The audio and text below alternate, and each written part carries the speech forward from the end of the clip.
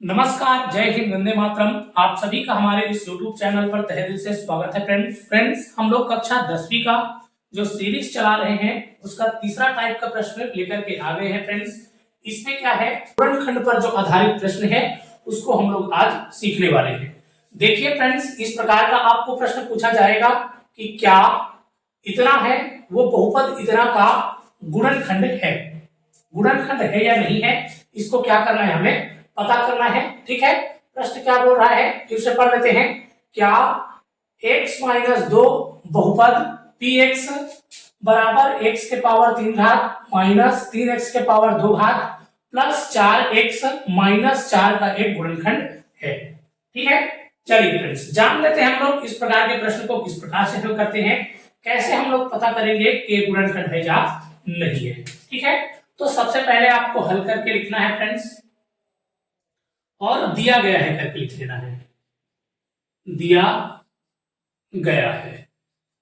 देखिए फ्रेंड्स, क्या क्या दिया हुआ है, तो जो यहां पर दिया है इसको हम लोग मान लेंगे gx। ठीक है, पहले तो यहां पर दिया है px, तो इसको लिखेंगे हम लोग px बराबर कितना है, x का पावर 3 घात माइनस 3x का वर्ग प्लस 4x माइनस 4, ये हमारा px दे रखा है फ्रेंड्स। ठीक है, दूसरा को हम लोग क्या मान लेंगे, gx मान लेंगे। क्या मान लेंगे, gx बराबर दे रखा है x माइनस 2।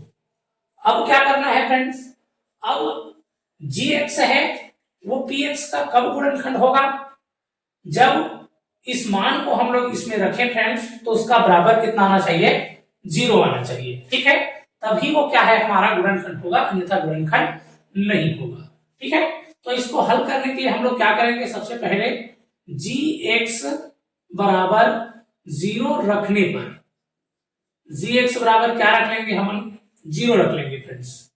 ठीक, तो यहां पर रख लेते हैं gx बराबर 0 रखेंगे तो इतना बराबर भी 0 हो जाएगा, x माइनस 2 बराबर कितना हो जाएगा, 0 हो जाएगा।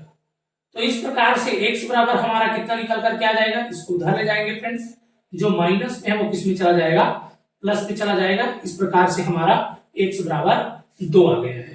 ठीक है, अब देखिए ये जो gx है वो px का कब गुणनखंड होगा, जब हम लोग px में x बराबर कितना रखें, 2 रखें। ठीक है, यहां पर मैं लिखता हूं gx px का एक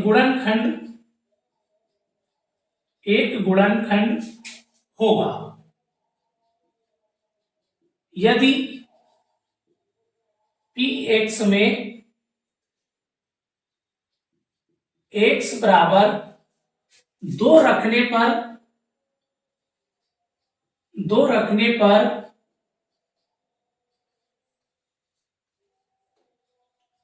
px बराबर कितना हो, 0 हो। ठीक है फ्रेंड्स, देखिए gx है वो px का कब गुणनखंड होगा, जब हम लोग इस px में क्या है, x बराबर 2 रखेंगे। x बराबर कितना रखेंगे फ्रेंड्स, 2 रखेंगे, तब जो px का मान है वो कितना आना चाहिए, 0 आना चाहिए, तभी क्या है, ये हमारा गुणनखंड होगा, अन्यथा गुणनखंड नहीं होगा फ्रेंड्स। ठीक है, अब यहां पर लिखेंगे हम लोग px में x बराबर 2 रखने पर,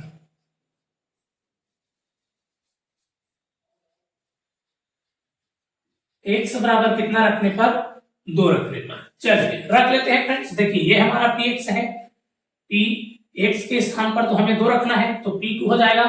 इधर x का 3 घात है तो 2 का 3 घात हो जाएगा, फिर माइनस का चिन्ह है, 3 गुणा x का पावर 2 लगा है तो 2 का पावर 2 हो जाएगा, फिर उसके बाद प्लस करके 4 गुणा 2 हो जाएगा, और माइनस करके कितना होगा, 4 होगा। 2 का पावर 3 घात लगा है, इसको हल करेंगे तो कितना हो जाएगा, 8 हो जाएगा। कैसे 8 होगा, 2 का पावर 3 लगा है तो 2 को 3 बार गुणा करेंगे, 2 गुणा 2 गुणा 2, 2 दूनी 4, 4 दूनी 8। उसके बाद माइनस का चिन्ह लेंगे, यहाँ पर 3 लिखा हुआ है, 2 का पावर 2 कितना हो जाएगा, तो 2 का पावर 2 4 होगा, फिर यहाँ पर प्लस का चिन्ह लगा है, 4 दूनी कितना, 8 माइनस 4, आगे 8 माइनस 4 दिया 12 हो जाएगा, फिर +8 और माइनस करके कितना 4। अब क्या करना है फ्रेंड्स, अब देखो ये दोनों संख्या हमारा प्लस में है और ये दोनों संख्या हमारा किस में दिख रहा है, माइनस में दिख रहा है। तो प्लस प्लस वाले को जोड़ लेते हैं, माइनस माइनस वाले को जोड़ लेते हैं। 8 और 8 कितना हो जाएगा फ्रेंड्स, तो आप कहेंगे गुरुजी 16 हो जाएगा। फिर इन दोनों को देखते हैं, दोनों के बीच में माइनस का चिन्ह लगा देंगे और ये 12 4 कितना हो जाएगा, तो ये भी हमारा कितना हो जाएगा, 16 हो जाएगा।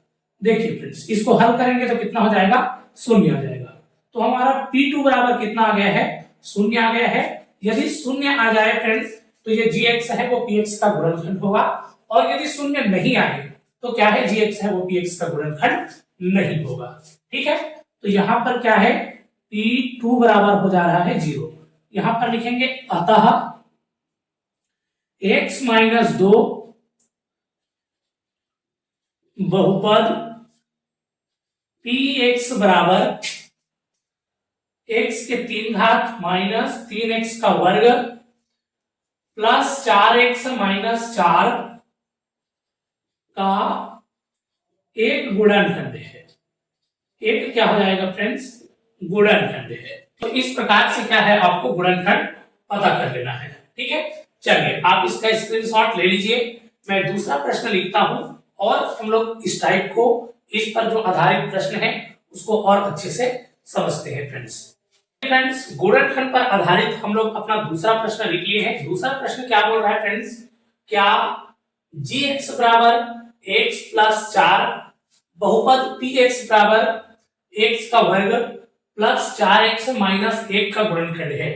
ठीक है, चलिए पता करते हैं फ्रेंड्स कि ये गुणनखंड है या नहीं है। तो क्या करेंगे, सबसे पहले हल करके लिखेंगे, सिस्टमैटिक तरीके से हमें लिखना है फ्रेंड्स। लिखेंगे दिया गया है, दिया गया है, क्या दिया है फ्रेंड्स, तो px को पहले लिख लेते हैं। px बराबर दे रखा है x के पावर 2 प्लस 4x - 1 और gx बराबर कितना दे रखा है, तो gx बराबर दे रखा है x + 4। अब क्या करेंगे फ्रेंड्स, देखिए gx है वो px का गुणनखंड कब होगा, जब हम लोग px में x बराबर -4 रखेंगे। कैसे -4 रखेंगे फ्रेंड्स, यहां इसके लिए हम लोग आगे लिख लेते हैं gx बराबर 0 रखने पर, gx बराबर 0 रख लेंगे फ्रेंड्स और इससे पता चल जाएगा। तो देखिए gx बराबर 0 होगा तो उसके मान बराबर भी 0 होगा, x + 4 बराबर भी कितना हो जाएगा, 0 हो जाएगा। अब इसको उधर ले जाएंगे फ्रेंड्स, तो x बराबर कितना निकल कर आ जाएगा, -4 निकल करके आ जाएगा। ठीक है, अब क्या होगा, अब यहां पर लिखेंगे gx है, gx px का एक गुणनखंड होगा यदि px में x बराबर -4 रखने पर, -4 रखने पर px में -4 रखने पर क्या है फ्रेंड्स, शेष फल कितना होना चाहिए, शेष फल 0 हो। ठीक है, यदि शेष फल 0 हो जाता है या तो फिर p - 4 बराबर 0 हो जाता है, तब हम लोग क्या कहेंगे, उसको गुणनखंड है करके बोलेंगे फ्रेंड्स। ठीक है, चलिए अब हम लोग क्या करेंगे, आगे लिखेंगे कि px में x बराबर -4 रखने पर, px में x बराबर -4 रखने पर, -4 रख लेते हैं फ्रेंड्स। तो देखिए ये हमारा px है, p x के स्थान पर रखेंगे हम लोग -4, उसके बाद इधर क्या है, x का वर्ग लगा है तो -4 का वर्ग लिख देता हूं, -4 का वर्ग हो जाएगा।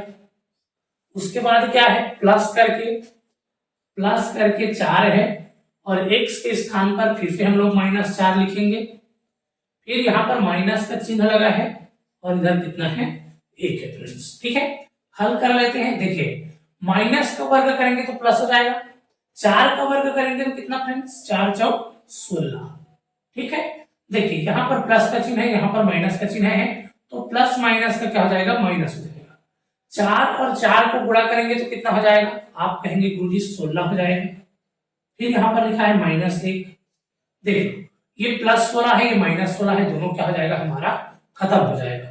तो शेष फल कितना बच रहा है फ्रेंड्स, शेष फल हमारा 1 आ जा रहा है। ठीक है, p-4 बराबर कितना आ जा रहा है, 1 आ जा रहा है। देखिए फ्रेंड्स, यहाँ पर यदि शून्य आ जाता तो वो क्या हो जाता, हमारा gx है वो px का एक गुणनखंड हो जाता। क्योंकि यहाँ पर हमारा शून्य नहीं आया है तो क्या होगा, हमारा gx है वो px का गुणनखंड नहीं होगा। यहाँ पर लिख लेंगे, अतः gx बहुपद px बराबर x का वर्ग माइनस प्लस में है 4x माइनस 1 का गुणनखंड नहीं है। गुणनखंड क्या है फ्रेंड्स, नहीं है। क्यों नहीं है, क्योंकि यहाँ पर शून्य नहीं आया है। ठीक है, अगर इसको हम लोग हल करते और यहाँ पर शून्य आ जाता तब वो हमारा क्या होता फ्रेंड्स, गुणनखंड हो जाता, और शून्य ना आए तो क्या है, वो हमारा गुणनखंड नहीं होगा। तो निश्चित रूप से ये जो हमारा तीसरा टाइप का जो प्रश्न है, गुणनखंड पर जो आधारित प्रश्न है, ठीक है, उसको आप लोग क्या है समझ गए होंगे फ्रेंड्स। उम्मीद है आगे आप इस प्रकार के जो प्रश्न हैं, और भी आपके पुस्तक में बहुत सारा प्रश्न है, उसको हल करके देखेंगे और इसको आप आगे सीख गए होंगे फ्रेंड्स। ठीक है, चलिए आपको क्या करना है, जो प्रश्न आपसे नहीं बनता है, सबसे पहले तो इस टाइप का जितना भी प्रश्न है उसको हल करके देखना है फ्रेंड्स, एक जगह लिख करके देखना है। यदि नहीं बनता है, उसका आंसर नहीं आता है, तब उस प्रश्न को क्या कर देना है, कमेंट बॉक्स में लिखना है फ्रेंड्स। ठीक है, उसको हम लोग नेक्स्ट वीडियो में बता देंगे। चलिए फिर मिलेंगे ऐसे एक नए टाइप के साथ। तब तक के लिए आपको क्या करना है, तब तक के लिए आपको स्वस्थ रहना है, मस्त रहना है, और अपनी तैयारी को मजबूत करने के लिए क्या करना है, लगातार आपको पढ़ते रहना है फ्रेंड्स। ठीक है।